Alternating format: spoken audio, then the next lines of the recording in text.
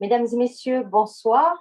L'équipe du Bureau du Parlement européen à Marseille vous remercie de nous rejoindre ce soir pour ce débat sur le futur de l'Europe. Je tiens à adresser aussi nos remerciements aux structures co-organisatrices et partenaires pour la réalisation de ce débat. La Maison de l'Europe Côte d'Azur VAR, le Mouvement européen Alpes-Maritimes, l'Institut méditerranéen du risque de l'environnement et du développement durable et le groupe Nice Matin. Pour commencer, quelques mots sur un bureau du Parlement européen. Donc, qu'est-ce que c'est? Comme notre bureau qui est basé à Marseille. Donc, notre rôle consiste à rapprocher le Parlement européen et les députés européens élus avec les citoyens, les associations, les autorités locales, comme les médias, sur le territoire pour notre bureau, donc le sud-est de la France. Comment? En organisant, comme aujourd'hui, des débats thématiques ou des événements annuels lors de la Journée de l'Europe. Nous guidons aussi le citoyen dans ses questions, ses doutes, quand il nous contacte ou via notre site Internet. Nous organisons des rencontres avec les jeunes, diffusons des informations sur l'Europe auprès des lycées, qu'ils soient membres ou non du programme Euroscola ou encore du programme École ambassadrice. Près de chez vous aussi, il y a des Europe Direct, donc n'hésitez pas à chercher quel centre Europe Direct se trouve près de chez vous pour vous donner des informations sur l'Europe. D'ailleurs, si vous désirez vous engager sur des thématiques de l'Union européenne, en débattre, organiser des activités ou participer aux nôtres, nous vous invitons à rejoindre la plateforme ensemble.eu qui va durer jusqu'aux prochaines élections européennes de 2024. C'est une plateforme qui rassemble différents profils de personnes ou associations et elle permet des échanges sur l'Europe, des activités, de la mobilisation pour parler de l'Europe, en débattre de manière pluraliste. Passons maintenant au thème qui nous occupe ce soir, la conférence sur l'avenir de l'Europe. Pour les Européens, c'est une occasion d'influencer la direction que va prendre l'Union européenne. Notre débat de ce soir s'inscrit donc dans cette volonté d'échange ouvert et démocratique avec les citoyens afin que l'Union européenne sache sur quelle thématique elle devrait se concentrer. Je ne vais pas en dire plus sur le sujet puisque c'est l'objectif de ce débat et vous avez donc l'occasion d'écouter et d'échanger avec nos orateurs ce soir, à savoir Caroline Rose, députée européenne, Sandro Gozzi, député européen, et Alexandra Valletta-Ardisson, députée à l'Assemblée nationale française. Merci mesdames, merci monsieur d'avoir répondu présent. Vous avez déjà pu prendre connaissance des questions reçues lors des inscriptions. Nous essaierons de transmettre celles qui nous arriveront via le chat de notre webinaire, même si, comme souvent, le temps va probablement passer trop vite pour les mentionner toutes. Je passe donc la parole à notre hôte ce soir, Éric Dumès, directeur de l'Institut méditerranéen du risque, de l'environnement et du développement durable. Merci, Monsieur Dumès, de nous accueillir. C'est à vous. Merci beaucoup. Bonsoir à tous. Donc, au nom du président de l'Université Côte d'Azur, Yannick Brice-Walter, je vous souhaite la bienvenue dans cet institut d'innovation de partenariat et je vous souhaite une très bonne conférence. Voilà, je vais laisser la parole à Odile, qui est la présidente de ce mouvement européen. Bonsoir. Alors, en tant que présidente du mouvement européen des Alpes-Maritimes et également de la Maison de l'Europe Côte d'Azur-Var, je vous remercie d'être tous présents. Pour nous, c'est la rentrée européenne, c'est notre premier événement depuis le confinement. Nous avons énormément de projets et nous tenions à réunir ce soir deux députés européens alliés à une députée nationale, tout simplement parce que nous souhaitons, nous, parler du territoire, parler de l'Europe et de ce qu'elle apporte au territoire. Donc cette conférence sur l'avenir de l'Europe nous permettra de discuter au cœur du territoire de ce que nous pouvons vivre chaque jour au niveau de l'Europe.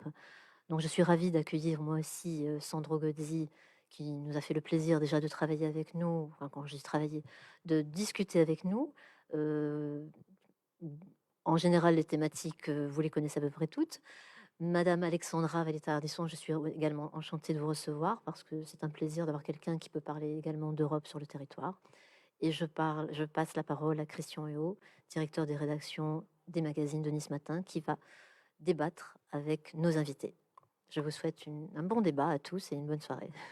Merci Odile, merci de nous accueillir à l'IMRED et à M. Dumès. Mesdames, Messieurs, bonjour. On est ravis de vous accueillir. Et Nice Matin est absolument ravi de participer à cette belle conférence. Je ne suis pas directeur de la rédaction, je suis rédacteur en chef, je tiens à le préciser quand même. On est là pour parler d'Europe, évidemment, ce soir avec trois invités exceptionnels.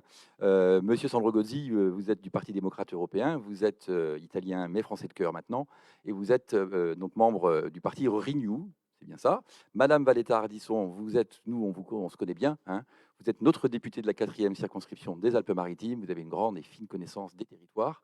C'est surtout là-dessus qu'on va éventuellement pouvoir débattre. Et puis Madame Caroline Rouse, qui peut-être qui sera, on l'espère, avec nous par le biais d'une vidéo et d'un lien direct.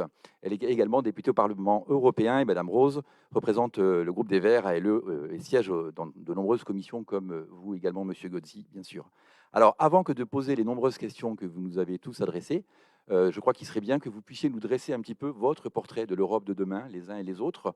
En tout cas, Madame Rose et Monsieur Gozzi. Et puis ensuite, Madame Ardisson, ce que vous attendez en tant que député du Parlement français de l'Europe, et notamment pour le bienfait des territoires, évidemment. Alors, je crois qu'on a une petite vidéo introductive de Madame Rose qui va justement évoquer un petit peu sa vision des choses.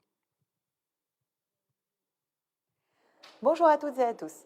Je vous prie tout d'abord de m'excuser de ne pas pouvoir être présente avec vous aujourd'hui. Un événement à Paris demain m'oblige à prendre le train de nuit ce soir. J'aurais pourtant eu grand plaisir de pouvoir discuter avec vous de la conférence sur l'avenir de l'Europe. En effet, l'Union européenne fait face à des défis d'une complexité et d'une difficulté de plus en plus importantes. La pandémie de coronavirus a plongé l'Europe dans une situation sociale difficile et qui affecte plus fortement les groupes marginalisés. Les droits des femmes, des personnes LGBT et des minorités sont attaqués. Dans le passé, que ce soit pour la crise de l'accueil des migrants ou la crise financière de 2008, le fonctionnement de l'Union européenne a empêché de prendre certaines décisions. Et les décisions qui ont été prises l'ont souvent été sans associer les citoyens et citoyennes, voire le Parlement. Nous avons besoin d'une Europe de plus d'Europe, nous avons besoin d'une Europe plus intégrée, plus efficace, plus résiliente. Et pour cela, nous avons besoin d'une Europe plus démocratique et plus juste. Face à cela, la conférence sur l'avenir de l'Europe, impulsée par le Parlement européen et la présidente de la Commission européenne, Ursula von der Leyen, apparaît comme un outil imparfait. Sandro Gozzi pourra sans doute vous en parler tout à l'heure. L'accouchement a été difficile et nous avons presque passé plus de temps à discuter de qui présiderait cette conférence plutôt que de discuter de comment améliorer la participation des citoyennes et citoyens ou de comment donner des recommandations à la conférence ou comment donner aux recommandations de la conférence un véritable poids. La conférence n'est pas parfaite, mais il y a une urgence démocratique en Europe et nous n'avons pas le luxe de laisser passer cette occasion. Il faut que nous saisissions chaque opportunité qui nous ait été donnée, aussi imparfaite soit-elle. Je vous invite à aller sur le site de la conférence sur l'avenir de l'Europe, à ajouter votre contribution et à interpeller vos élus. Personnellement, et en tant que membre du groupe des Verts, je pousse un certain nombre de priorités. La première priorité, je le disais, c'est de renforcer la démocratie européenne. Et une des façons de le faire, c'est de s'assurer que nous parlions vraiment d'Europe, au moins au moment des élections européennes. Nous avons pour l'instant 27 élections nationales en parallèle. Il nous faut une élection commune. Nous proposons qu'en plus d'un bulletin pour élire les eurodéputés français, nous glissions dans l'urne un deuxième bulletin européen qui correspondrait à des partis pan-européens et dont les têtes de liste seraient ensuite les personnes élues à la présidence de la Commission européenne. C'est le projet des listes transnationales. Chaque citoyen et citoyenne européenne aurait donc le pouvoir de voter pour choisir la personne qui sera à la tête de la Commission européenne. C'est un petit pas concret pour aller vers une république fédérale européenne que nous appelons de nos vœux. Je pense qu'il faut en parallèle débloquer les politiques fiscales et sociales. Le vote à l'unanimité au Conseil sur ces sujets donne le pouvoir à un seul gouvernement national de mettre son veto. Cela empêche de mettre en place une vraie politique de justice fiscale, de lutte contre l'évasion fiscale, de mettre en place des ressources propres pour l'Union européenne ou encore une vraie politique sociale avec un salaire minimum européen. Cela permet aussi à des pays comme la Hongrie ou la Pologne de faire du chantage sur le dos des droits fondamentaux dans leur pays, menaçant de tout bloquer si on les laisse pas tranquillement bafouer les valeurs fondamentales de l'Union européenne. Mais plus que tout, je pense que l'Union européenne doit se doter d'un nouveau grand défi capable de fédérer les citoyens et citoyennes européennes, les entreprises, les États, la société civile. Ce projet, je pense que ce doit être celui de la lutte contre le changement climatique, contre l'effondrement de la biodiversité et pour un environnement sain. Mais cela ne commence pas ou ne s'arrêtera pas avec la conférence sur le futur de l'Europe. C'est un travail de longue haleine. La mobilisation citoyenne sur le climat depuis 2018 a mis la question climatique au cœur des chantiers européens. C'est ce qu'on appelle le Green Deal. Au sein de la Commission développement régional, en tant que négociatrice des Verts sur les fonds de développement régional de cohésion, j'ai fait en sorte que 30% des fonds soient dédiés à la transition écologique et que l'on mette fin aux subventions aux énergies fossiles. Ce sera le cas en 2025. Et puis, au sein de la commission pêche, nous travaillons sur les conséquences du changement climatique sur les populations de poissons. Je défends une gestion plus durable et précautionneuse de la pêche pour permettre plus de résilience face au changement climatique. La mobilisation citoyenne est aussi à l'origine d'avancées sur les droits des animaux. Je suis membre d'une commission d'enquête sur le transport des animaux qui est née sous l'impulsion des associations de défense des animaux et nous travaillons avec elles à améliorer les règles. Autre exemple, c'est une initiative citoyenne européenne signée par 1,5 million de personnes qui a amené la Commission européenne à s'engager sur une fin de l'élevage en cage en 2027. Ce que je veux dire, c'est que l'Union européenne peut être façonnée et influencée par chacune et chacun d'entre vous pendant la conférence sur l'avenir de l'Europe, bien sûr, mais aussi au-delà. Merci pour votre attention et je vous souhaite une très belle conférence. Première introduction, donc on a déjà exploré de nombreuses pistes. Madame Rose nous a donné de nombreuses pistes qui sont les siennes, évidemment, par rapport à sa sensibilité, sa couleur politique, mais plus globalement, elle a largement évoqué ce que pourrait être l'Europe de demain, l'Europe fédérale, l'Europe des citoyens. Et je crois que cette convention sur le futur de l'Europe est vraiment axée sur le citoyen. Je suis désolé, c'est peu élégant, Madame Vallet-Ardisson, mais on va déjà continuer avec nos députés européens. Je vais donner la parole à Monsieur Gozzi pour que vous nous dressiez à votre tour ce panorama de l'Europe tel que vous la concevez pour demain. Et comment et quel lien vous pouvez, vous, en tant que député européen, créer avec les citoyens des territoires et qu'est-ce que vous attendez de cette conférence sur le futur de l'Europe? Tout d'abord, bonsoir et merci pour cette occasion. Moi, je partage largement ce que ma collègue Caroline Rose a dit, donc je ne reviens pas sur ce sujet parce que, bon, les listes nationales, donc j'en suis un petit exemple. Un bel exemple, oui. Et j'essaie justement d'incarner cette politique transnationale en tant qu'Italien élu en France. Et donc, je partage. Moi, je voudrais lancer seulement 3 messages pour répondre à votre question. La première, il faut en profiter de cette conférence. Il faut s'en saisir. Et il faut que chacun puisse exprimer, il peut exprimer ses idées. Il y a une plateforme numérique sur laquelle même les questions que vous nous avez posées, ils peuvent les poser sur la plateforme numérique.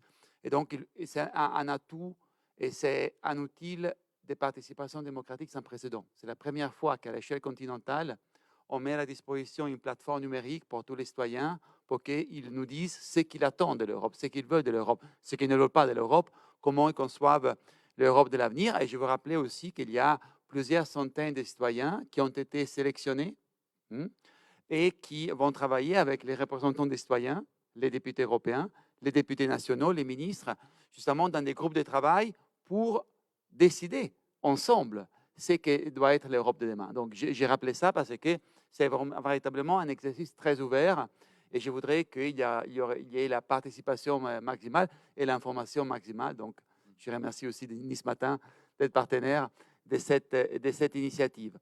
Pour moi, l'Europe, c'est une Europe des solutions qui multiplie les opportunités. Donc, l'Europe que je veux, l'Europe que je crois doit sortir renforcée, transformée de la conférence sur l'avenir de l'Europe, c'est tout d'abord une Europe des solutions sur le territoire. Et déjà aujourd'hui, on a l'Europe du concret. L'Europe du concret. Déjà aujourd'hui, on a beaucoup de solutions qui sont offertes ou renforcées ou accompagnées par l'Europe. Aujourd'hui, on parle ici dans l'IMRED, la moitié des financements pour ces beaux lieux de recherche lié aussi aux grands enjeux du développement durable et du changement climatique, a été financé par l'Europe. Ce matin, à Nice, on a inauguré avec Christian Estrosi, avec Clément Beaune, le secrétaire d'État aux Affaires européennes, un centre Europe Direct, justement, où on nous montre combien Nice est déjà une ville, une métropole d'Europe de solutions. Les crèches, les tramways, ce sont tous des réalisations niçoises et européennes. Moi, je veux plus de cette Europe-là. Je veux plus de cette Europe-là liée aux grands enjeux qui sont les enjeux des transformations de notre continent, notamment, et pas seulement, mais notamment, les valeurs fondamentales, l'écologie et le numérique. Donc, je veux une Europe des solutions, notamment pour ces enjeux qui sont des enjeux territoriaux, mais je veux aussi une Europe qui multiplie les valeurs et les droits. Et donc, une Europe qui se donne les instruments pour prévenir des violations de l'État de droit, des violations des droits fondamentaux, des violations de la liberté de la presse, des violations de la liberté de l'enseignement universitaire et des restrictions aux droits des minorités. Et ce sont des enjeux qu'on a des défis ouverts. On a des défis ouverts avec le gouvernement hongrois, avec le gouvernement polonais. Je veux une Europe qui soit à côté des citoyens, même quand il s'agit de discuter avec leur gouvernement. Vous voyez, c'est ça l'Europe qui multiplie les droits et multiplie les opportunités. Et ce sera mon dernier point. Nous travaillons pour une Europe qui construise sur ses succès. Moi, j'appartiens à celle qu'on appelle la génération Erasmus. Sans les programmes Erasmus, je n'aurais pas pu faire les parcours que j'ai fait, parce que les programmes Erasmus que j'ai fait à 20 ans, peut-être à 19, je ne sais pas, bon, quelques mois après la chute du mur de Berlin, ça m'a ouvert une perspective.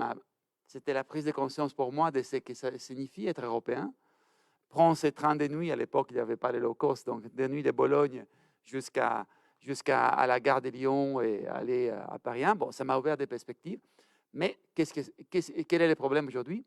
Ça concerne très peu de gens. Donc, je veux élargir, je veux donner des opportunités aux apprentis, aux jeunes travailleurs, aux jeunes entrepreneurs. Donc, je veux cette Europe qui multiplie les opportunités et qui développe une prise de conscience, un sens d'appartenance à ce beau projet humain commun qui est l'Europe. Voilà, ça, je crois que c'est possible, c'est nécessaire, et c'est ce pour lequel, en tant que délégué du Parlement européen à cette conférence sur l'avenir de l'Europe, sont les choses pour lesquelles je vais me battre. Alors effectivement, cette conférence, elle va permettre d'aller vraiment plus au-devant des citoyens. Vous savez, le déficit de popularité parfois de l'Europe et le déficit aussi de connaissances et de communication, elle va pouvoir concourir à ça. Mais qu'est-ce que vous dites aux gens qui ne croient pas en l'Europe? Parce que malheureusement, ils sont quand même très nombreux. Oui. On le voit aussi dans les votes, au moment des votes où l'abstention est malheureusement, et pas que là, très forte. Et on sent que cette notion européenne, elle nous échappe, alors que vous l'avez dit, Madame Rose également, Madame Valetta-Ardisson le fera également après. Il y a tellement de choses qui se font déjà pourtant. Oui, mais tout d'abord, il faut savoir faire et un peu en faire savoir. Et sur les savoir-faire, on est pas mal, même si on doit s'améliorer. Par exemple, on a su faire ex novo la coopération européenne dans le domaine de la santé. Hein. Vous vous souvenez, au début de la crise, c'était chacun de son côté, chacun pour soi, hors dispersé. En quelques semaines, quelques mois, on a appris à travailler ensemble sur une question sur laquelle, si vous m'avez demandé il y a 2-3 ans, est-ce que l'Europe travaille dans la santé? Je dirais non, mais elle n'a pas de compétences. Et on a compris que face à des enjeux qui dépassent la capacité d'action de la métropole de Nice, de la région PACA, de la République française, on a besoin de travailler ensemble. Et c'est ça une bonne raison à ceux qui ont des doutes, sont tièdes ou ne sont pas convaincus des jeux européens. Et l'Europe, ça nous permet de retrouver une capacité d'intervention, de retrouver une capacité de contrôle, de retrouver une capacité pour aborder des défis qui dépassent nos frontières. Et la santé, c'est un bon exemple. On reparlera, il y a des questions. Et les climats, c'est un autre exemple. Donc, moi, je dis, mais face à des questions sur lesquelles on peut réussir seulement ensemble. Et ce sont des questions qui se posent dans le monde entier. Nous, les Européens, on a déjà un cadre de coopération, d'amitié et d'intégration qui est l'Union européenne, qui nous a fait obtenir des résultats énormes en plus de 70 ans d'intégration. C'est là les lieux où on doit travailler ensemble pour les solutions d'avenir. Ok, parfait. Madame Valétard-Ardisson, justement, je pense que les députés nationaux ont vocation aussi à faire la promotion de l'Europe à leur niveau et aussi ont vocation à attendre de l'Europe des choses pour améliorer le quotidien des citoyens que vous représentez. Qu'est-ce que vous, député des Alpes-Maritimes, 4e circonscription, vous êtes membre du Parlement français, vous êtes au parti de la République En Marche, donc dans la majorité présidentielle, qu'est-ce que vous dites à vos homologues européens? Vous leur dites aidez-nous, mais aidez-nous sur quoi?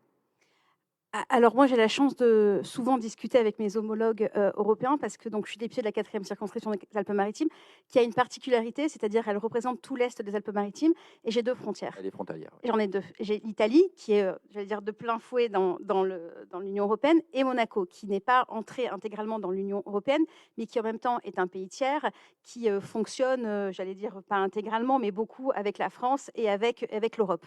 Donc moi, j'ai ces 2 frontières. Donc au quotidien, moi je la vis au quotidien l'Europe.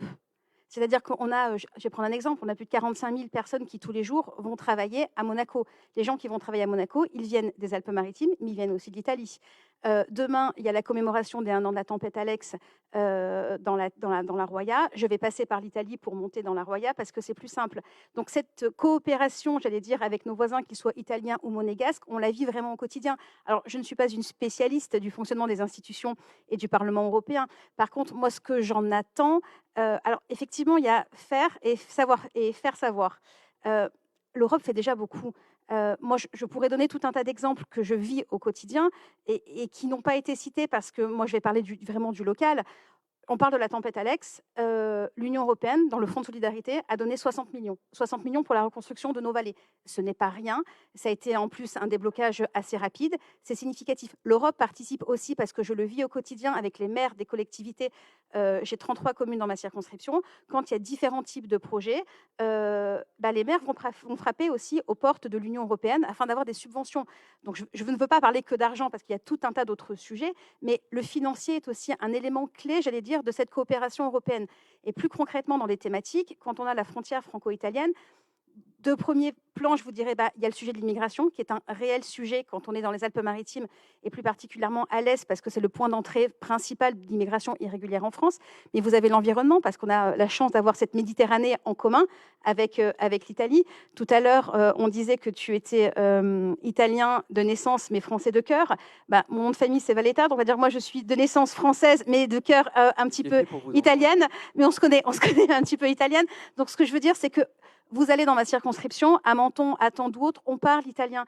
Donc, cette frontière-là n'existe pas. Donc, il y a, je vous disais, bien évidemment, il y a l'immigration, il y a tout ce qui est la partie économique, parce que c'est recentré autour de Monaco, qui n'est pas un pays français, qui est une principauté, je le rappelle, et qui donc travaille avec la France et l'Italie et l'ensemble des voisins européens. Il y a de nombreux accords commerciaux, effectivement, notamment avec tous les pays européens. Donc, il y a l'environnement. Et donc, moi, ce que j'attendrais, mais vraiment en étant vraiment concrète, c'est peut-être plus de simplification du fonctionnement, j'allais dire, des institutions et du Parlement européen, parce que je vois effectivement des fois à quel point c'est compliqué, comment c'est compliqué pour des collectivités ou des associations de monter, quand ils ont des projets importants dans les différentes thématiques, de monter des dossiers de subvention.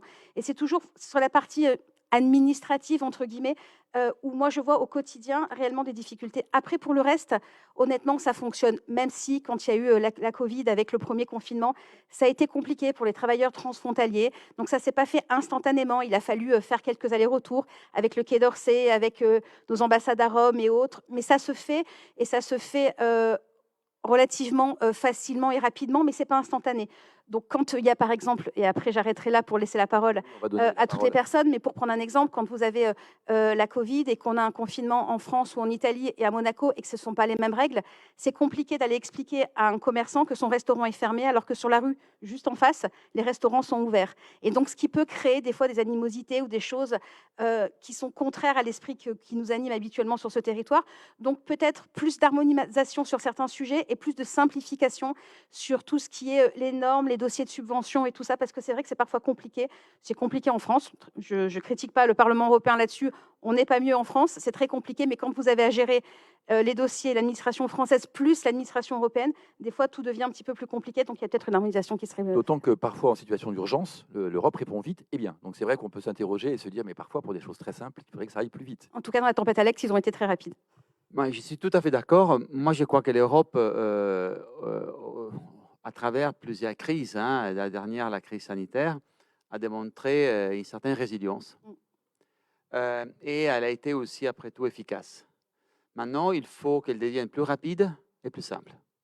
Et je dirais que plus de simplicité et plus de rapidité sont les deux grands défis et grandes priorités pour notre travail devant nous. Je suis quasi persuadé que les citoyens qui participeront à cette conférence sur le futur de l'Europe vous demanderont essentiellement ces choses-là, parce que c'est ce qu'ils attendent, et du coup, ils auront une approche beaucoup plus simple et fidèle. Si les démons, ils ont raison. Je partage. Alors, on va maintenant, je vais être le relais de vous tous, mesdames, messieurs, qui nous avez posé des questions lors de votre inscription sur cette conférence, ce débat. Elles sont parfois un peu dans le désordre, elles seront parfois pas toujours bien relayées, parce que forcément, dans l'intitulé qu'elles ont été données. Mais vous allez voir que tout ça va recouper vraiment les grands sujets d'intérêt des citoyens vis-à-vis de l'Europe. Et donc, je compte sur vous, les uns les autres, pour nous répondre. Je ne sais pas si Madame Rose est connectée avec nous ou pas. Donc, pour l'instant, on ne va pas donc l'interroger directement. On va commencer par une question qui est très large et qui concerne directement, pour le coup, la France et l'Europe. La France va prendre la présidence de l'Union européenne à partir du 1er janvier 2022. Évidemment, les citoyens français que sont nos invités de ce soir ont très envie de savoir ce qui va se passer. Alors, 3 questions précises. Comment est-ce que vous allez favoriser ces consultations citoyennes dans le cadre de la présidence française? Quelle thématique la France affiche comme priorité? Et quels sont les objectifs que la France veut atteindre? Peut-être M. Gozzi. Tout d'abord, on a déjà commencé, Clément Beaune et les gouvernements ont déjà commencé à organiser région par région, justement des conférences, des débats ouverts avec les Françaises et les Français en vue de ces doubles défis. La présidence française de l'Union européenne et la conférence sur l'avenir de l'Europe. Donc, le travail est en cours. Et c'est un travail, d'après moi, bien conçu parce que territoire par territoire, région par région, on va justement à l'écoute des Françaises et des Français sur leurs attentes et sur leurs demandes pour ce qui concerne la présidence française de l'Union européenne. Ça, c'est pour la première question. Sur la deuxième question, tout d'abord, ce sera le 1er décembre qu'on connaîtra officiellement les programmes de la présidence française de l'Union européenne. Ça sera transmis à la Commission européenne. Et il y a des enjeux qui sont des enjeux fondamentaux pour la France et je dirais pour l'Europe en général. Aujourd'hui, tout d'abord, la question de la défense. Il y aura aussi une grande conférence européenne organisée par Emmanuel Macron, par le président Macron et par Ursula von der Leyen, la présidente de la Commission européenne, sur la défense. Et je crois que on n'avait pas besoin de l'Afghanistan et de ce qui s'est passé en Australie pour comprendre qu'aujourd'hui, nous avons une grande priorité en tant qu'Européens, nous donner les instruments pour véritablement avoir avant tout un noyau de politique étrangère commune. Identifier quels sont nos intérêts vitaux et évaluer ensemble de façon commune quels sont les enjeux stratégiques, sectoriels, géopolitiques, où nous voulons agir ensemble. Nous ne devons pas nécessairement agir ensemble surtout, mais quel est le noyau des politiques étrangères et après ça, quels sont les moyens que nous mettons à disposition, quels sont les moyens de ces ambitions, de ces objectifs. Donc la défense, sans doute, ça va être un enjeu fondamental. L'autre aspect, c'est la transformation numérique. Nous avons besoin, vous savez, il y a 10 ans, c'était un autre monde. Et notamment en ce qui concerne le numérique, nous avons aujourd'hui un besoin de nouvelles règles pour les plateformes numériques, pour les responsabilités des plateformes numériques, pour la fiabilité du commerce online, pour la transparence des algorithmes et du fonctionnement des réseaux sociaux, pour la lutte contre la désinformation, pour la protection des droits fondamentaux, pour la lutte contre l'illégalité dans les réseaux sociaux. Donc, tous ces enjeux, disons, de réorganisation de la façon dont nous voulons régler les services numériques et nous voulons organiser les marchés numériques européens, c'est une des grandes priorités de la France en Europe et nous avons la possibilité de développer un modèle européen inspiré par la France face au tout privé et tout délégué aux géants du numérique des modèles américains et à tout État, les contrôles étatiques des Chinois. Donc nous, les Européens, nous avons la possibilité de développer un modèle juste et efficace de développement numérique. Et c'est la deuxième grande priorité et de la France pour la présidence française. La troisième, il y en a, disons les troisième piliers, après on ne va pas tout énumérer, les sociales. Nous voulons une Europe plus juste. Nous voulons travailler pour un salaire minimum européen, qui n'est pas les mêmes salaires évidemment dans toute l'Europe, mais la même approche des protections, des justices, des minimums des pouvoirs d'achat à assurer suivant les différentes réalités économiques dans tout l'espace européen. Je dirais que voilà, si je dois parler des 3 grandes priorités françaises, sont sans doute celles-ci, françaises pour l'Europe.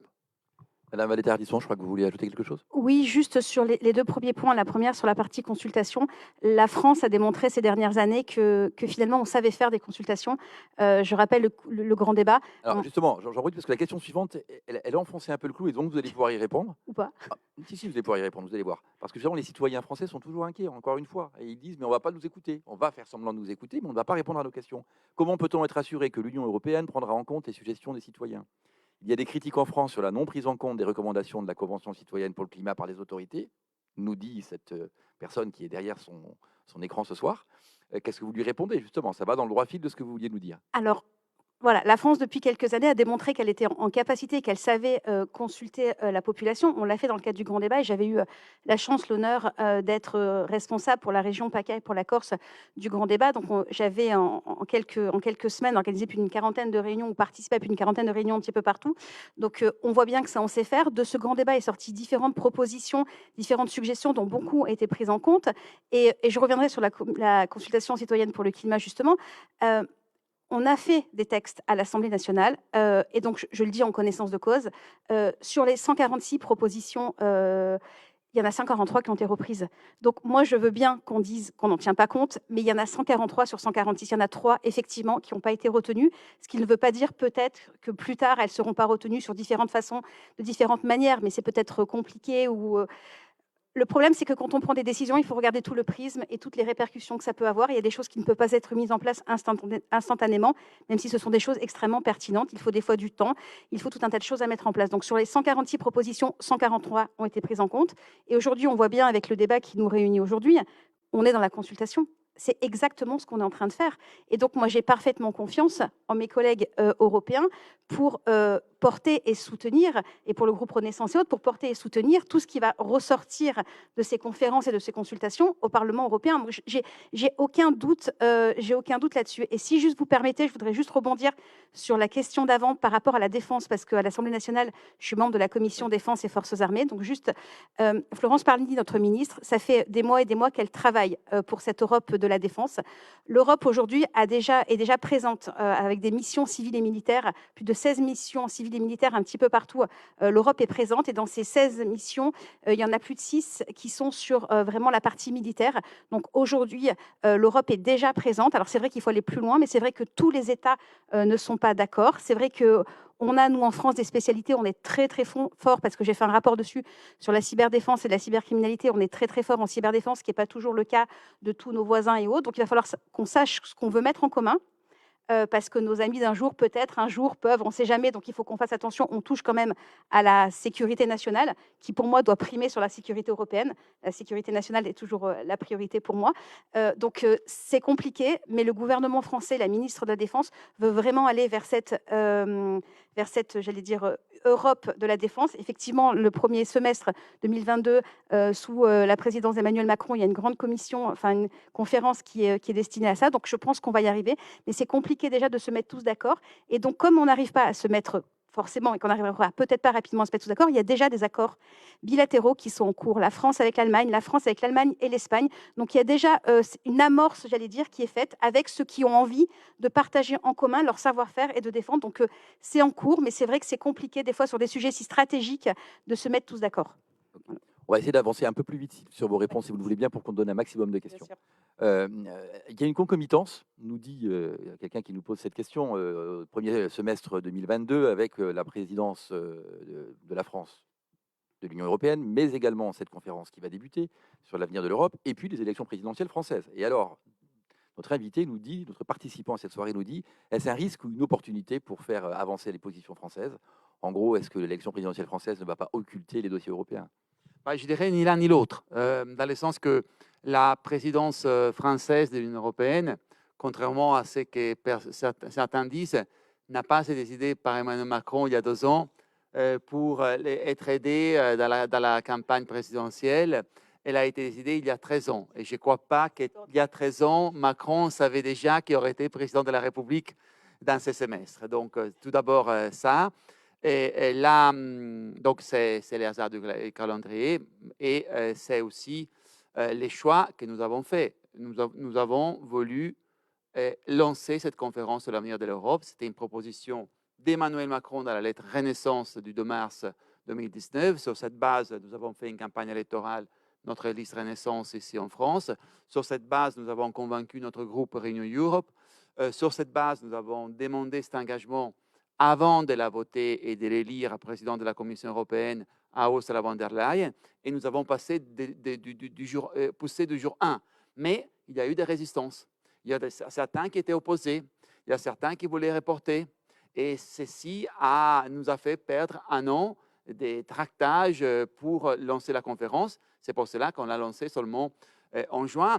Et ni risque ni opportunité. Nous allons tout faire pour exploiter pleinement dans l'intérêt de la France, dans l'intérêt de l'Europe, ce semestre. Il est clair que personnellement, je crois qu'on serait mieux servi si c'était le même président qui va poursuivre les semestres après avril 2022. On est déjà en campagne, là, attention. Non, pour moi, c'est une opportunité. C'est pleinement une opportunité. On voit l'image de la France est différente depuis qu'Emmanuel Macron est président en France. Et donc, pour moi, c'est une opportunité d'avoir Emmanuel Macron comme président de l'Union européenne à ce moment-là. Donc, le calendrier électoral, il est ce qu'il est. On ne l'a pas choisi, mais rien n'occultera rien du tout. Si c'était, je pense que les Françaises et les Français vont au contraire, et l'Union européenne, bien évidemment, vont au contraire y gagner de cette présidence-là d'Emmanuel Macron. Alors, nos invités, nos participants à cette soirée sont très pragmatiques et on essaie de les emmener sur des sujets liés à cette conférence, mais ils veulent aussi savoir tout de l'Europe et de la grande Europe. Est-il déjà envisagé une nouvelle réforme des traités? C'est-à-dire qu'en fait, on n'est pas encore au bout des traités, mais ils veulent déjà de nouveaux traités. Oui, mais ils ont raison. Ils ont tout à fait raison. Moi, je suis tout à fait d'accord avec cette demande et c'est l'enjeu de cette conférence sur l'avenir de l'Europe. Quel traité faut-il? Tout d'abord, il faut, comme ça, je reprends aussi la question que je vais poser avant. Nous devons tout faire pour assurer un véritable suivi des demandes qui vont émerger de la part des citoyens dans cette conférence sur l'avenir de l'Europe. Et si je dois regarder au début, les citoyens demandent justement une Europe plus efficace sur la scène internationale, par exemple, une Europe plus forte dans le domaine de la défense, une Europe plus rapide à prévenir et sanctionner les violations de l'État de droit, une Europe qui soit plus juste du point de vue fiscal, notamment vis-à-vis des grands géants et des grands multinationales, GAFAM, etc. Ce sont tous des enjeux qui demandent, si on veut être véritablement efficace, une réforme des traités. Parce que ce sont tous des domaines dans lesquels on est très long ou alors on est nulle part parce qu'on doit décider à l'unanimité. Donc, une des réformes que moi, pour lesquelles je me bats et que j'espère qu'il va émerger aussi dans cette conférence, c'est éliminer les vétos. Parce que les vétos, c'est la négation de l'unité européenne et décider à la majorité, ce qui est une façon démocratique, notamment dans le domaine comme la politique étrangère, comme certains aspects de la fiscalité, etc. Voilà. Et je crois qu'il ne faut pas avoir de tabous. Si les citoyens nous demandent ça, si les demandes des citoyens entraînent des modifications des traités, peut-être dans la santé, peut-être dans la culture, peut-être dans l'éducation, et peut-être dans la politique de l'espace, je ne sais pas, nous devons être prêts à ouvrir sans tabou, sans totem, ouvrir aussi les chantiers de la révision des traités. Pour moi, ce qui devrait être modifié, c'est les accords de Dublin.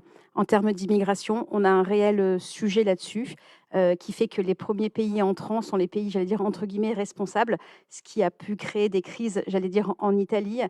Donc pour moi aussi, un des traités et un des sujets majeurs à traiter, parce qu'à un moment donné, il ne faut pas se voiler la face et il ne faut surtout pas laisser cette thématique-là aux extrêmes, quelle qu'elle soit. Donc pour moi, vraiment, un des points, c'est Dublin et les accords de Dublin et l'immigration. Ça fait déjà beaucoup de chantiers en cours, donc. On va parler, là on est dans les territoires cette fois-ci. Crise importante ces derniers mois, évidemment, plan de relance européen, aide financière. Quelle aide financière? Qui en bénéficie vraiment dans notre région, nous demande-t-on, dans notre région? Alors, on vient de fêter les 1 an, début septembre, les 1 an de France Relance. Alors, je vais pas j'ai les papiers parce qu'on a lu les questions avant, donc je pourrais énumérer toutes les aides qui ont été mises pour la région PACA et pour les Alpes-Maritimes. Mais vu qu'il faut aller vite, vous avez un site internet qui est extrêmement bien fait, France Relance. Et alors, juste quelques exemples, vraiment, parce que qui sont pour moi assez importants. On parlait d'environnement tout à l'heure. Il y a un projet de plan de relance hydrogène qui a été retenu au niveau de la région et il est situé à Cannes. On a 289 entreprises qui ont bénéficié d'aides pour l'industrie du futur pour un montant de plus de 71 millions d'euros, dont 57 entreprises dans les Alpes-Maritimes. J'ai une liste à la Prévert, j'allais dire assez impressionnante d'aides comme ça à vous dire. 40 entreprises qui ont bénéficié du soutien au projet industriel. J'ai 72 entreprises, donc projet industriel, je l'ai dit, pardon, 14 000 entreprises qui ont bénéficié d'un accompagnement pour le soutien à la numérisation des TPE, on en parlait, dont plus de 3 380 dans les Alpes-Maritimes. Il y a vraiment sur le site plandrelance.gouv.fr un tableau de bord. Alors c'est un peu compliqué parce que c'est par thématique, donc vous n'allez pas avoir une enveloppe globale, c'est vraiment par thématique, l'économie, l'écologie, sur la jeunesse aussi, parce qu'il y a le plan Un jeune, une solution, donc tout est bien situé. Ce sont des centaines de millions d'euros qui sont allés en PACA et dans les Alpes-Maritimes, dans toutes les thématiques, j'allais dire, concernées par le plan de relance. Donc l'écologie, l'économie, la jeunesse. On a même des rénovations de bâtiments un petit peu religieux, mais de cathédrales qui sont plutôt des bâtiments culturels. Donc il y en a un petit peu partout. Moi, je profite parce que je crois comprendre qu'il y a beaucoup de chefs d'entreprise qui sont aujourd'hui présents. Il y a sur le site du ministère de l'économie, il y a tous les appels à projets sont référencés. Donc vous allez vraiment sur le site du ministère de l'économie.gouv, sur la partie appel à projets, et dans toutes les thématiques, vous avez vraiment tous les moyens d'accès pour aller à ces appels à projets. Moi, je suis partie en tant que députée, dès que je rencontre des entreprises qui me parlent de certains projets, rapidement avec ma collaboratrice, on regarde s'il y a des appels à projets en cours. Il se trouve qu'on arrive à faire raccorder des entreprises à des appels à projets qui se terminent des fois dans les jours qui suivent. Donc c'est une réelle opportunité qu'on a aujourd'hui en France, ça ne s'est jamais fait, on ne sort pas d'une guerre. Donc c'est une réelle opportunité qui se passe aujourd'hui, grâce notamment aux négociations qui ont pu être faites au niveau européen par Emmanuel Macron. Donc franchement, allez-y, il y a de l'argent, il y a des appels à projets, on est en train de construire la France et l'Europe de demain, donc il ne faut vraiment pas hésiter. Moi, je peux tenir à disposition, si vous voulez, des exemples aux personnes, si je peux récupérer des adresses mail, si les gens ne veulent pas aller chercher, donc n'hésitez pas à écrire où vous avez envoyé, on vous envoie les différentes informations. Mais il y a des projets, il y en a des centaines pour des millions d'euros dans les Alpes-Maritimes et en PACA. Donc là aussi, c'est une question de faire savoir, n'est-ce pas ? Et ça m'invite à poser une question subsidiaire concernant les fonds européens. On dit souvent que les fonds européens, alors là on n'est pas dans le plan de relance directement, mais que les fonds européens, on ne sait pas à quoi ils servent, il y en a beaucoup mais ils n'arrivent jamais. Et on dit aussi parfois, on oublie de les demander. Moi, ça m'atterre à chaque fois que j'entends ça. Monsieur Gaudi, qu'est-ce que vous répondez à ça ? Tout d'abord, tout ce que Alexandra Vallée-Tardison a dit, les 40% de tout ce qu'elle a dit, c'est européen. Parce que les 40% du plan France Relance, c'est des fonds européens. C'est 40 milliards. Donc déjà, pour savoir ce que l'Europe fait, voilà, les 40% de ce dont vous avez bénéficié ou ce dont vous allez bénéficier, c'est européen. Après, je disais avant en introduction, ici, à l'IMRED, on parle en réalité des recherches. C'est la moitié de tout ce que vous voyez ici, c'est grâce à l'Europe, parce que la moitié de ces bâtiments duquel nous parlons ce soir a été financé par des fonds développement régionaux. Et plusieurs, je disais avant, les tramways de Nice est financé par l'Europe. Les régions sont les grands acteurs du développement économique européen. Parce que les régions sont celles qui gèrent finalement les fonds européens de développement sur les territoires. On les appelle techniquement les autorités de gestion. Donc, ce sont celles qui concrètement gèrent. Et il y a plusieurs projets et plusieurs opportunités. Comme vous disiez, il faut les faire savoir. D'un côté aussi, je le répète, il faut faire plus simple. De l'autre côté, il faut que chaque région se donne les moyens, les fonctionnaires, les experts pour profiter pleinement des opportunités que l'Europe offre, parce qu'il y a une partie des fonds qui sont alloués automatiquement à chaque pays, à chaque région. Il y a d'autres fonds qui sont soumis à des appels d'offres, à une concurrence, si vous voulez, entre les différents territoires. Et donc, il faut se donner les moyens pour être compétitif de ce point de vue. Est-il vrai, c'est une question de candide et naïve, hein, mais est-il vrai que certains fonds européens, à faute d'avoir été utilisés à temps, sont perdus ? Ah oui, les fonds européens qui ne sont pas utilisés à temps sont rendus et reviennent au budget européen. Ils sont redistribués à d'autres territoires et d'autres régions qui sont plus efficaces. On a un ordre de grandeur du montant annuel de ces fonds. Non, je n'ai pas les chiffres pour la France. Là, il y a beaucoup de choses qui ont été améliorées. Il y a une agence pour la politique de cohésion ad hoc en France qui a été créée justement pour mieux programmer et mieux accompagner les partenariats entre États et régions pour pleinement profiter de ces fonds. Mais c'est arrivé à la France, à l'Italie, à d'autres pays dans le passé qui ont dû rendre. Parce qu'il y a une programmation de 7 ans et après, on a 2 ans après cette programmation pour rattraper les retards. Mais au-delà de ça, il faut rendre les budgets, rendre les fonds au budget européen. Donc, c'est pour cela que moi, j'insiste tellement avec l'Europe des solutions, l'Europe qui multiplie les opportunités, l'Europe des territoires. C'est parce que chaque maire, chaque président de département, chaque président des métropoles, chaque président de région peut être un acteur du développement européen Est-ce sur qu'il le n'y a pas un territoire. problème de formation des élus justement à ce sujet sur l'octroi et l'utilisation des fonds européens? Parce que les maires des petites communes savent-ils toujours ce qu'ils peuvent obtenir? Alors, logiquement, les petites communes font partie d'un EPCI, d'un Ça, c'est établissement votre public. boulot, Madame Valetta. Mais je le fais, je le fais, mais chaque petite commune, comme vous dites, fait partie d'un vaste établissement de coopération un petit peu plus grand. Et logiquement, aujourd'hui, en 2021, quasiment tous les EPCI, que ce soit des communes d'agglomération, de communes, peut-être pas de communes, mais ou les métropoles, ont des services dédiés justement à la recherche d'appels à projets ou de fonds européens, et ils travaillent. Et puis sinon, j'allais dire, à la région, ils peuvent nous aider. Mais un exemple concret, je parlais tout à l'heure des 60 millions de dotation de solidarité allouée par l'Europe pour la reconstruction des vallées, Tigné, Roya, Vésubie. On sait qu'on a jusqu'au mois de novembre. Si à partir du mois de novembre, une partie des projets ne sont pas tous sortis ou autres, ce fonds sera perdu. Donc moi, je vais avoir mes maires, j'ai 5 maires qui sont concernés dans le Roya, et je leur dis, sortez-nous rapidement des projets, l'argent est là. À un moment donné, si vous ne sortez pas les projets, l'argent va être perdu, ou ne râlez pas si d'autres communes ou d'autres vallées sortent des projets avant, parce que l'argent va aller aux premiers qui vont sortir des projets, qui rentrent dans les clous. Donc il y a effectivement peut-être un peu plus de formation à faire, mais aussi bien auprès des élus locaux que même peut-être des parlementaires. Je m'inclus vraiment dedans, et aussi au niveau des fonctionnaires, parce que les élus, on peut avoir les idées, penser à des choses, et après, c'est vrai que souvent, ce sont les administratifs qui font les dossiers et qui savent où aller chercher et piocher. Donc, je pense qu'effectivement, il manque peut-être d'une formation là-dessus. En tout cas, je m'élance là. Je vous dis qu'il n'y a pas, d'après moi, une seule commune française qui n'a jamais eu 1 euro de la part des fonds européens. Le problème, c'est qu'on ne le sait pas. Mais je suis sûr que tous les 36 000 communes D'une manière ou françaises, d'une autre, ils ont bénéficié. exactement. Oui, Bon, ne je serait-ce que rassure, par la une presse route. ne fait pas toujours parfaitement son boulot d'information non plus. Non, mais Non ne plus, serait-ce que l'Europe par une et les fonds route. européens. Une partie des routes là, qui sont en train d'être offertes par le département des Alpes-Maritimes, c'est financé par l'Europe. Donc j'allais dire, mais on ne le sait pas. Le département va communiquer, la métropole va communiquer, sauf qu'une partie des montants qui disent, une partie, il y a peut-être 40% de subventions qui sont faites par l'Europe. Voilà. Alors, un sujet tout à fait différent, vous l'avez abordé un petit peu tout à l'heure, Monsieur Gozzi, la santé. La santé, c'est la préoccupation majeure de tous les citoyens européens et même mondiaux aujourd'hui, malheureusement. On me demande, est-ce que c'est un enjeu vital pour l'avenir de l'Union européenne? Oui, absolument. On l'a appris, on a vu. Au début, on n'avait pas les moyens, on n'avait pas les savoir-faire parce qu'on ne s'était jamais occupé véritablement de santé ensemble en tant qu'Européens. On a toujours laissé ça aux États ou aux régions, dans les cas allemands et italiens. Aujourd'hui, la santé et les enjeux de prévention et des prochaines pandémies, c'est un des grands enjeux sur lesquels nous devons travailler. Aussi pendant la conférence sur l'avenir de l'Europe.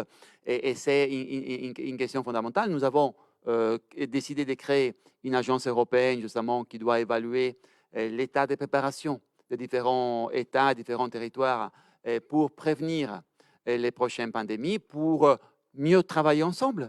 À la prochaine pandémie, on ne peut pas exclure qu'à l'avenir, nous aurons d'autres défis de santé globaux qu'on doit aborder ensemble. Donc, prévention, travail ensemble des coopérations. Et moi, j'irais même plus loin. Je voudrais aller plus loin. Je voudrais que chaque Parlement, le Parlement européen et chaque Parlement puissent évaluer du moment où on évalue les performances de chaque pays, performances économiques, performances sociales.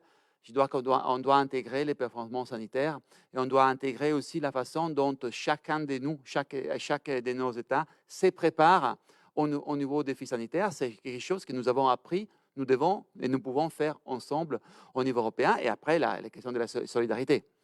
pendant la crise, nous avons bien vu les Grands Est, qui était la partie la plus frappée en France au début de la pandémie.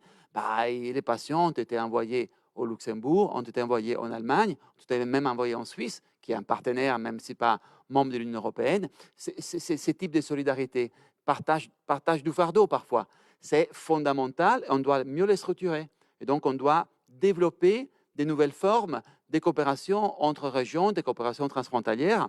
Et je l'ai dit en connaissance des causes ici, vu la vocation européenne, en regardant notamment l'Italie de Nice. Vous diriez que la crise sanitaire a été bien surmontée par l'Europe et bien gérée par l'Europe? Au début, c'était difficile. Maintenant, je dis oui. L'Europe a été au rendez-vous.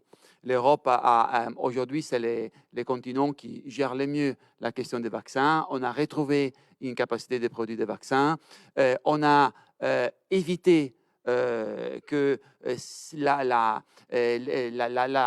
pandémie provoque de nouvelles divisions. On a introduit ces certificats verts, ces Green Pass, qui nous permet finalement de circuler librement en Europe aussi, parce que imaginez si chacun avait développé son app, son certificat vert, son Green Pass, et pour aller, on n'aurait pas pu passer des montants à 20 000. Aujourd'hui, on a cette possibilité grâce à l'Europe, parce qu'ensemble, on a décidé de redonner, tout en assurant la sécurité et la santé, rendre la liberté de circulation aux citoyens.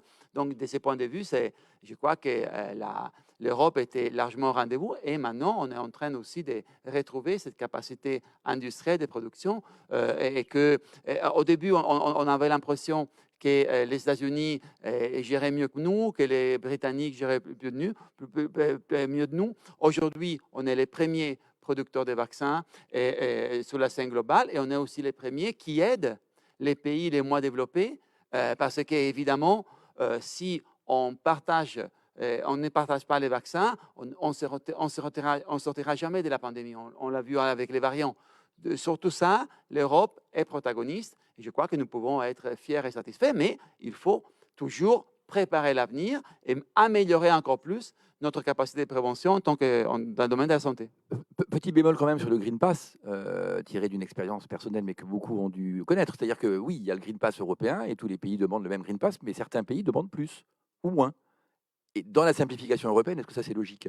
Vous allez en Espagne, on vous demande un autre document à faire, très compliqué, alors que vous allez en Belgique, on ne vous le demande pas. Tout d'abord, moi, j'ai un Green Pass belge et que j'ai montré à plusieurs reprises aujourd'hui pour aller au restaurant, pour aller au café. Aujourd'hui, j'étais dans la place centrale à Nice et avec mon Green Pass belge. Pour aller au restaurant, oui, mais pas pour prendre l'avion. Ça ne suffit pas parfois.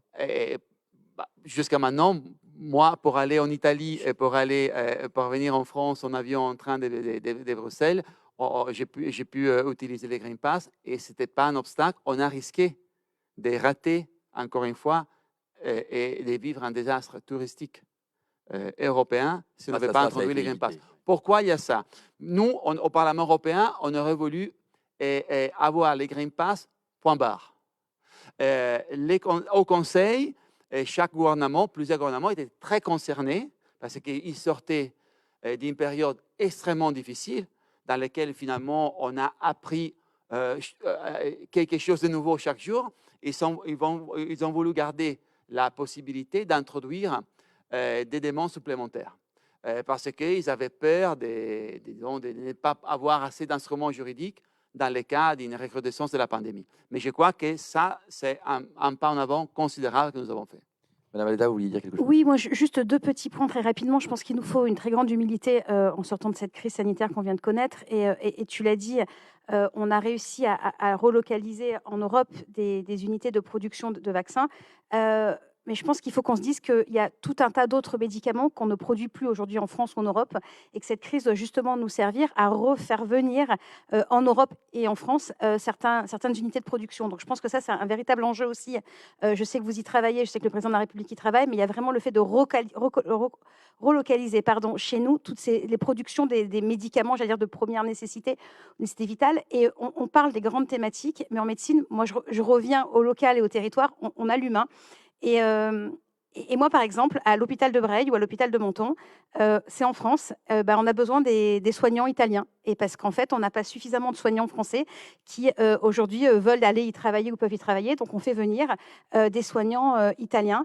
Et je pense qu'il doit y avoir aussi dans la partie santé, puisque c'est la thématique du moment, il y a peut-être une harmonisation, une uniformisation, je ne sais pas, mais de la partie médicale ou de la formation de nos médecins, de nos gynécologues, de tout ça, parce qu'on voit qu'aujourd'hui en France, il y a un véritable sujet d'une désertification médicale dans nos territoires les plus ruraux. On fait venir certains médecins de pays européens et d'autres on ne peut pas parce qu'on estime qu'un diplôme de médecin dans tel ou tel pays européen n'a pas le même niveau qu'un diplôme en France. Très bien, et effectivement, je pense qu'il faut prioriser, j'allais dire, le savoir des médecins, mais peut-être que voilà, quand on parle santé, il y a peut-être aussi sur le personnel soignant, médical et autres, quelque chose à faire après. Mais ça, alors là, elle a ouvert vraiment les guépiers. Parce que on a plus de 20 minutes. Hein, la question, elle est juste. On ne peut pas, au niveau européen, imposer comment on doit former les médecins dans un seul État membre. Donc, ce qu'on fait depuis un processus qui s'appelle, avec le nom d'une ville qui m'est chère, processus de Bologne, on a lancé des processus de convergence. Donc, on essaye, sans imposer, de faire converger et de rendre plus, disons, mutuellement lisibles et acceptables et reconnaissables les parcours de formation. Et sans doute, la question de la santé, c'est une des questions sur lesquelles nous devons travailler. Nous devons travailler sur une autre chose, sur laquelle je me bats parce qu'elle est paralysée au Conseil, parce que certains États ne veulent pas en entendre parler.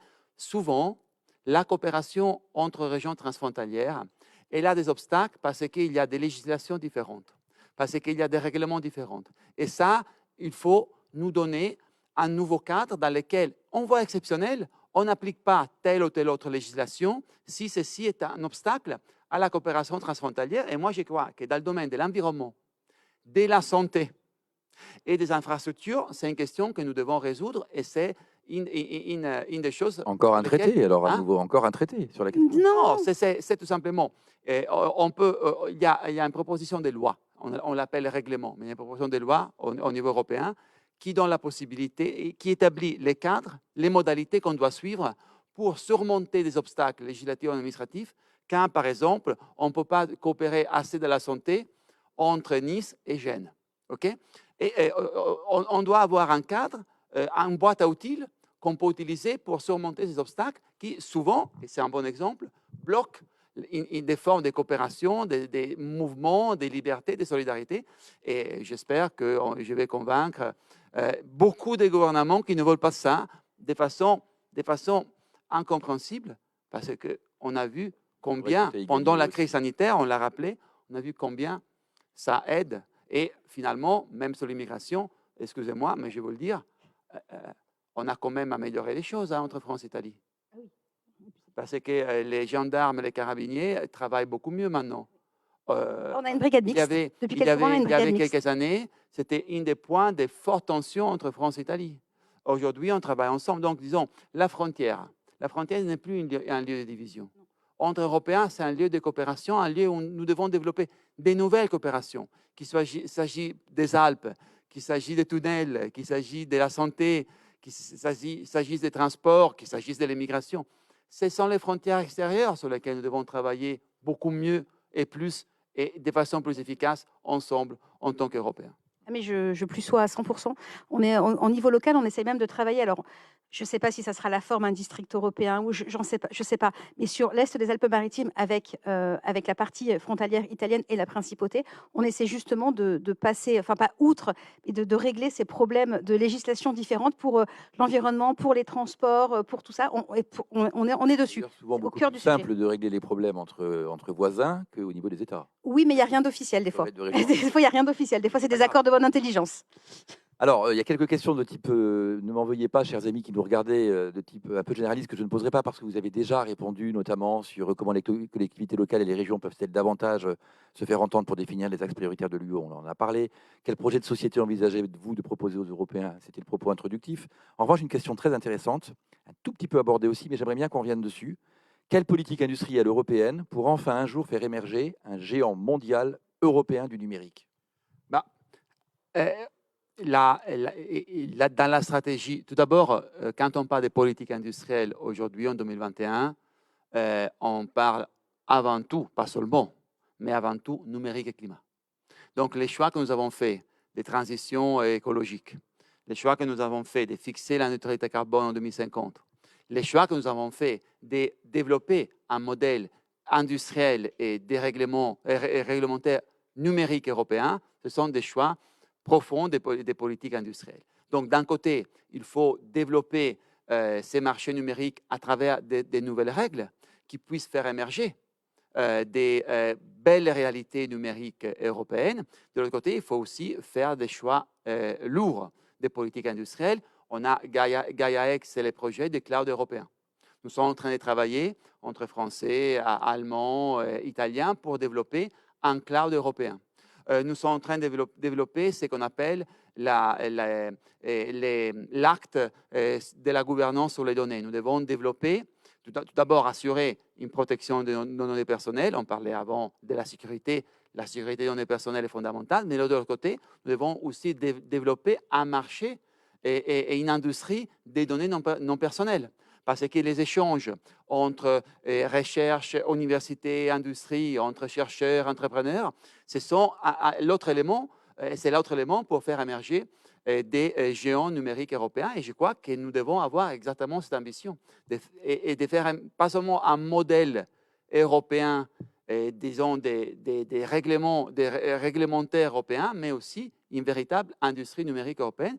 Et je crois que la France, c'est un bel exemple. Les French Tech, c'est une belle réalité et nous devons poursuivre dans cette voie. Et c'est une des priorités, par ailleurs, de la présidence française de l'Union européenne. Vous aviez dit tout à l'heure, effectivement. Alors, question sociétale quand même, sur les valeurs de l'Europe. On me dit Hongrie, Pologne, quid des valeurs européennes? En effet, ces deux pays transgressent quand même beaucoup nos valeurs fondamentales de l'Europe. Est-ce que des sanctions financières peuvent-elles vraiment modifier la culture profonde de ces pays États membres? Elles peuvent aider à protéger les citoyens des violations de l'État de droit de la part de leur gouvernement.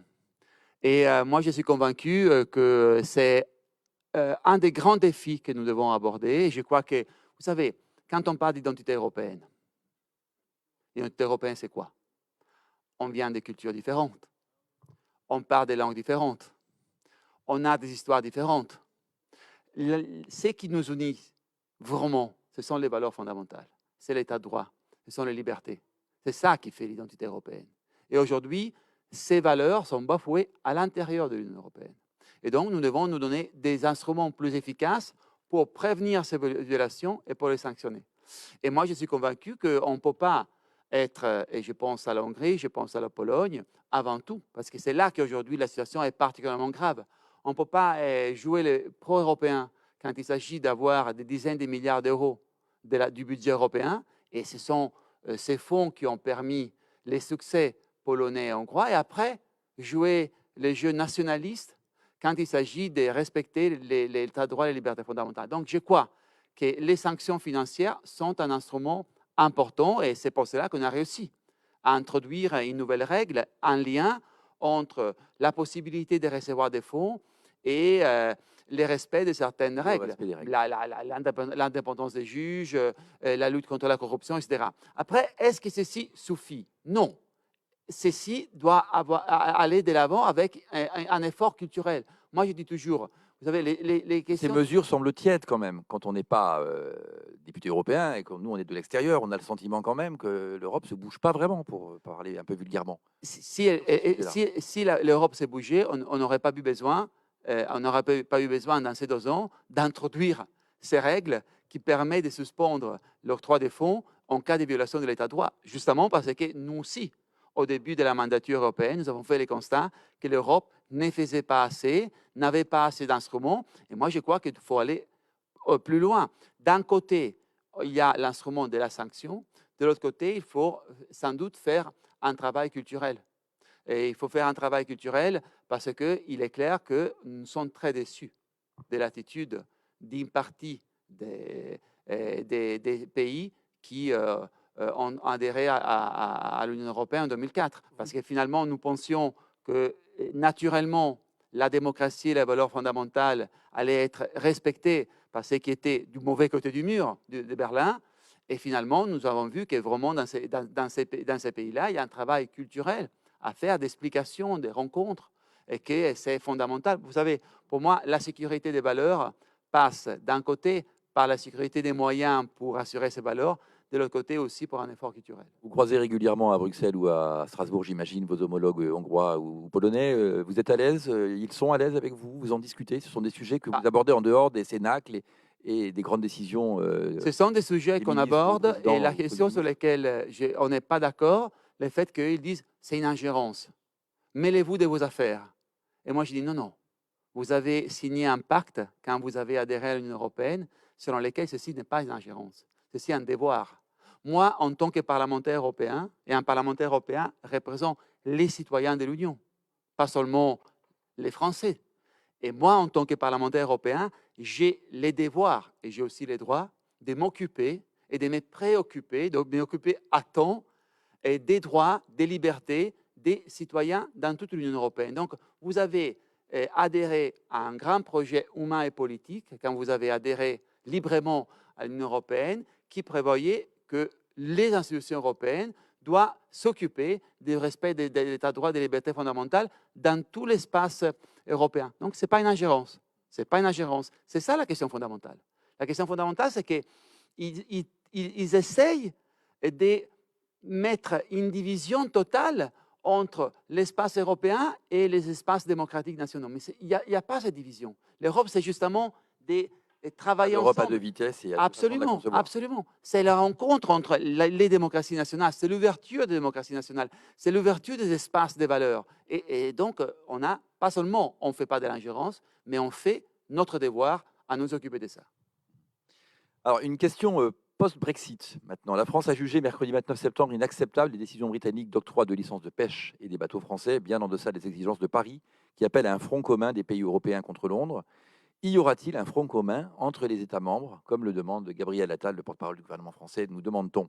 Nous travaillons pour cela. Il est clair que le Brexit, qui est une décision que je respecte parce qu'elle est démocratique, mais qui est catastrophique pour les Britanniques, a évidemment ouvert toute une question.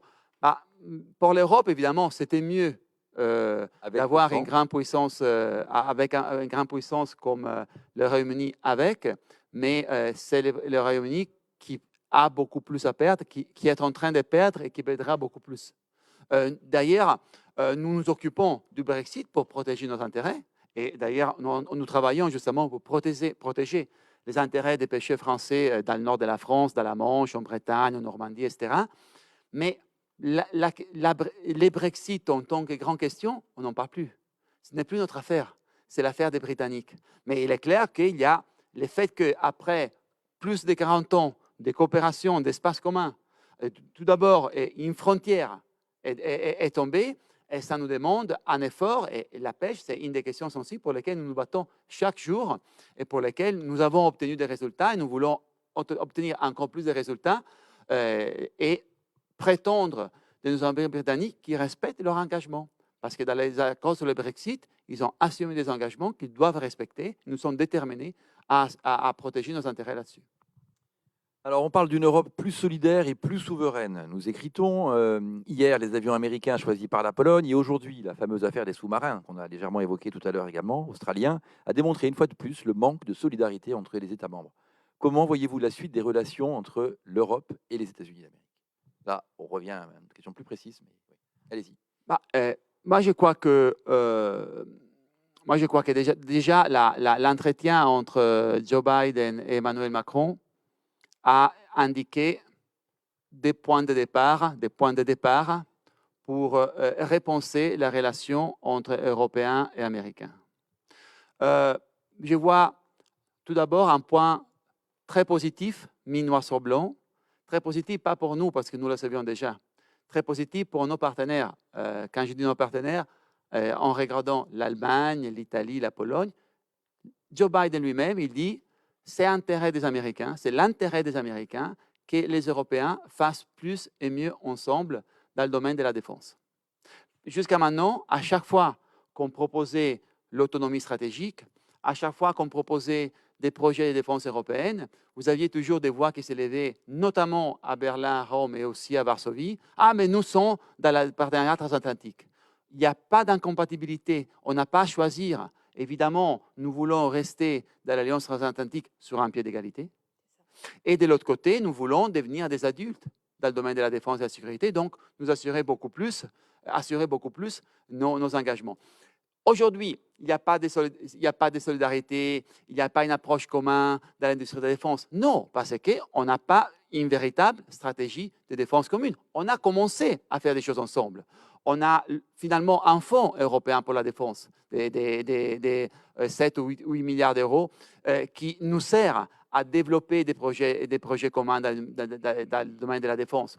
On commence à travailler ensemble entre France, Allemagne, Espagne, sur l'industrie de la défense. Mais on n'a pas véritablement une approche commune à la défense. Donc, c'est difficile de prétendre de la solidarité du moment où il n'existe pas un cadre commun. Mais on a intérêt aussi à développer une industrie de la défense et dans l'avenir, donc, avoir une approche commune aussi pour ce qui concerne les appels d'offres et tout ce qui est les marchés de l'industrie de la défense. Autrement dit, la défense est le nerf de la guerre et en fait, ces relations, on sera d'égal à égal avec les grands pays, notamment les États-Unis, enfin les grandes nations, avec une défense commune, c'est ça? Oui, moi je crois que c'était un peu, si nous avions besoin de nous réveiller, je crois qu'entre Afghanistan et Australie, maintenant, pas d'excuses. Et moi, je partage l'analyse d'Emmanuel Macron qu'il avait fait il y a un an, quand il avait dit l'OTAN est en état de mort cérébrale. On l'a vu en Afghanistan. Aujourd'hui, on doit repenser nos organisations de sécurité collective. Et nous devons repenser le rôle de l'OTAN et surtout, nous devons repenser notre rôle en tant qu'Européens à l'intérieur de cette alliance. Et c'est les grands défis des mois et des années à venir. D'autant plus qu'en France, on a la chance d'avoir des fleurons de l'industrie militaire. Enfin, on a Naval Group, on a Thales pour tout ce qui est, j'allais dire, même satellite et autres. Donc, on a déjà la chance on a le savoir-faire en France. On l'a. Donc, je pense que on a la base, on a l'essentiel. On est dans les plus forts, j'allais dire, au niveau mondial en cyberdéfense et autres. Donc, je pense qu'on a matière à. Maintenant, effectivement, il faut que ça se consolide. Il faut que cette Europe de la défense voit le jour. Et puis surtout, il faut qu'on continue à se faire respecter et être traité d'égal à égal. Autre question de politique étrangère qui va vous faire plaisir, Sandro Gozzi. On nous dit quel avenir pour le couple franco-allemand après le départ d'Angela Merkel? Et y aura-t-il un couple franco-italien? D'ailleurs, Alexandra Valetta-Alisson, vous pouvez aussi répondre puisque vous êtes frontalière. Alors, qu'est-ce qu'on dit déjà, sur les Français? Il est déjà là. Il est déjà là. Alors, je vous réponds de façon à dire, il est déjà là. Il y a un nouvel axe qui est entre Emmanuel Macron et Mario Draghi. Il a besoin de deux choses. La première, qu'Emmanuel Macron soit réélu président de la République en avril 2022. La deuxième, que Mario Draghi reste président du Conseil jusqu'en 2023. Mais au-delà de ça, il y a aujourd'hui une très grande convergence d'intérêts dans le domaine de la politique économique, dans le domaine des valeurs, dans le domaine des choix de politique étrangère. Finalement, France et Italie ont, je dis, une approche commune en Libye, au Sahel. Il y a une volonté de travailler ensemble face à des grands enjeux comme l'Afghanistan.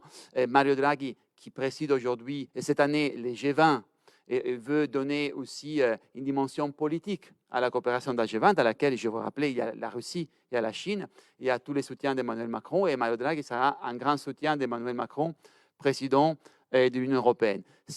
Tout cela, aujourd'hui, est grâce à une prise de conscience à Paris et à Rome qu'on a des défis communs, à une entente personnelle formidable entre Emmanuel Macron et Mario Draghi. Il faut lui donner de la continuité, il faut les structurer. C'est pour cela qu'avant la fin de cette année, on doit signer ces nouveaux traités bilatéraux entre France et Italie, qui s'appellent les traités du Quirinal. On l'avait lancé en 2017 au sommet de Lyon. À l'époque, j'étais au gouvernement et mon homologue était Nathalie Loiseau, qui maintenant est avec moi au Parlement européen. Il avait lancé Emmanuel Macron et Paolo Gentiloni. Et ces traités doit véritablement nous faire un pas historique, décisif, dans une coopération plus structurée. Et à l'avenir, on devra résoudre même les différences entre Italiens et Français en amont, au lieu d'attendre qu'elles éclatent et les résoudre en aval avec des débats, ne pas les résoudre en avant avec des récriminations, des débats publics, etc. Donc, on a la possibilité de structurer les traités bilatéraux. C'est pas la relation entre France et Allemagne va rester, mais elle ne peut pas être exclusive.